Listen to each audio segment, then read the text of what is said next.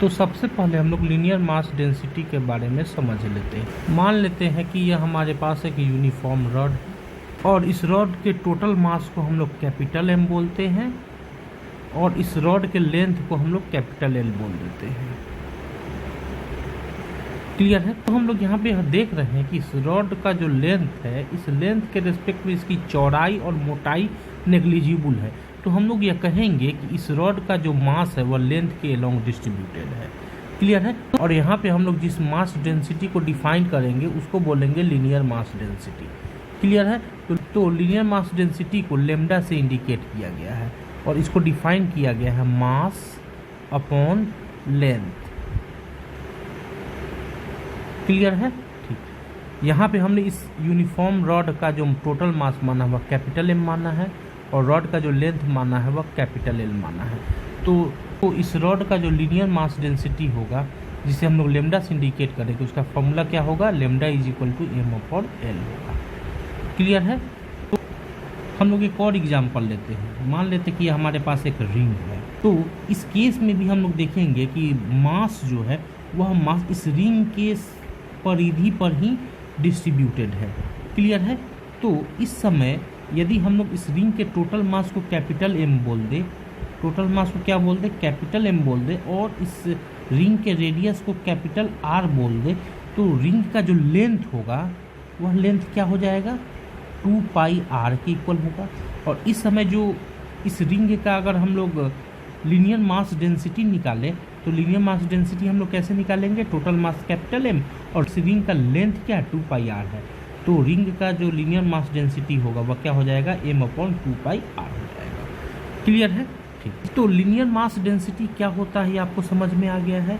Clear? Linear mass density का जो formula है वह क्या है? m अपॉन एल है। m का जो यूनिट होता है वह किलोग्राम होता है और l का जो यूनिट होता है वह मीटर होता है। तो इस लेमडा का जो यूनिट हो जाएगा वह क्या हो जाएगा? किलोग्राम पर मीटर हो जाएगा। क्लियर है? ठीक। यदि इस लेमडा का हम लोग डायमेंशन लिखना चाहें तो लेमडा का जो डायमेंशनल फार्मूला होगा वह क्या हो जाएगा? m का जो डायमेंशनल फार्मूला होता है वह कैपिटल m होता है और लेंथ का जो डायमेंशनल फार्मूला होता है वह l होता है। तो इस लेमडा का जो डायमेंशनल फार्मूला हो जाएगा वह क्या हो जाएगा? m l इनवर्स हो जाएगा। क्लियर? और स्वाभाविक सी बात है लेमडा कैसा क्वांटिटी है? स्केलर क्वांटिटी है। हम लोग आगे पढ़ते हैं सरफेस मास डेंसिटी। तो नेचर में कुछ ऐसे वस्तुएं पाई जाती हैं जिनका जो मास होता है वह उसके सरफेस पे डिस्ट्रीब्यूटेड होता है।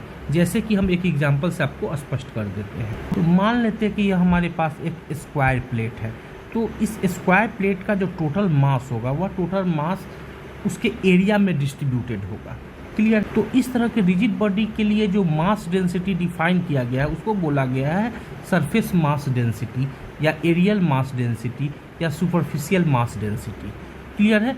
और सरफेस मास डेंसिटी को सिग्मा से इंडिकेट किया गया है और सिग्मा को बोला गया है मास अपॉन एरिया के इक्वल होगा। क्लियर है? तो इस तरीके से कह सकते हैं कि सरफेस मास डेंसिटी या एरियल मास डेंसिटी या सुपरफिशियल मास डेंसिटी जो होगा वह क्या हो जाएगा? मास अपॉन एरिया के इक्वल होगा। क्लियर है? ठीक। तो यदि हम लोग इस स्क्वायर प्लेट के टोटल मास को कैपिटल एम बोल दे और इस स्क्वायर प्लेट के हर एक साइड को ए बोल दे तो इसका जो एरिया होगा वह एरिया का क्या हो जाएगा? ए स्क्वायर के इक्वल होगा। तो इस केस में सिग्मा बराबर हमें क्या मिल जाएगा? Mass upon area. एरिया हमारे पास क्या है? ए स्क्वायर है और मास हमारे पास कितना? एम है। तो सिग्मा बराबर क्या लिखेंगे? एम अपॉन ए स्क्वायर लिखेंगे। क्लियर है? यूनिट अगर हम लोग इसका लिखना चाहें तो यूनिट हम लोग क्या लिखेंगे? इसका मास का यूनिट क्या होता है? किलोग्राम। और एरिया यदि हम लोग डायमेंशनल फार्मूला लिखना चाहें सिग्मा का तो हम लोग क्या लिखेंगे? मास एम का जो डायमेंशनल फार्मूला एम ही होगा और एरिया का जो डायमेंशनल फार्मूला होता है वो एल स्क्वायर होता है। तो हम लोग क्या लिखेंगे? एम इंटू एल पर पावर -2। क्लियर है? और स्वाभाविक सी बात है यह कैसा क्वांटिटी है? स्केलर क्वांटिटी है। क्लियर? अब हम लोग सीख लेते हैं वॉल्यूम मास डेंसिटी। नेचर में कुछ इस तरीके के रिजिड बॉडीज पाए जाते हैं जिनमें मास का डिस्ट्रीब्यूशन पूरे वॉल्यूम में होता है।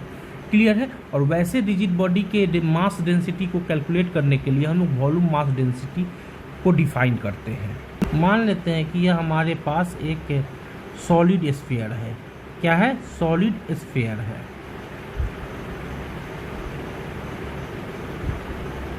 और इस सॉलिड स्फीयर का टोटल जो मास है वह कैपिटल एम है, और इस सॉलिड स्फीयर के रेडियस को हम लोग कैपिटल आर बोल देते हैं।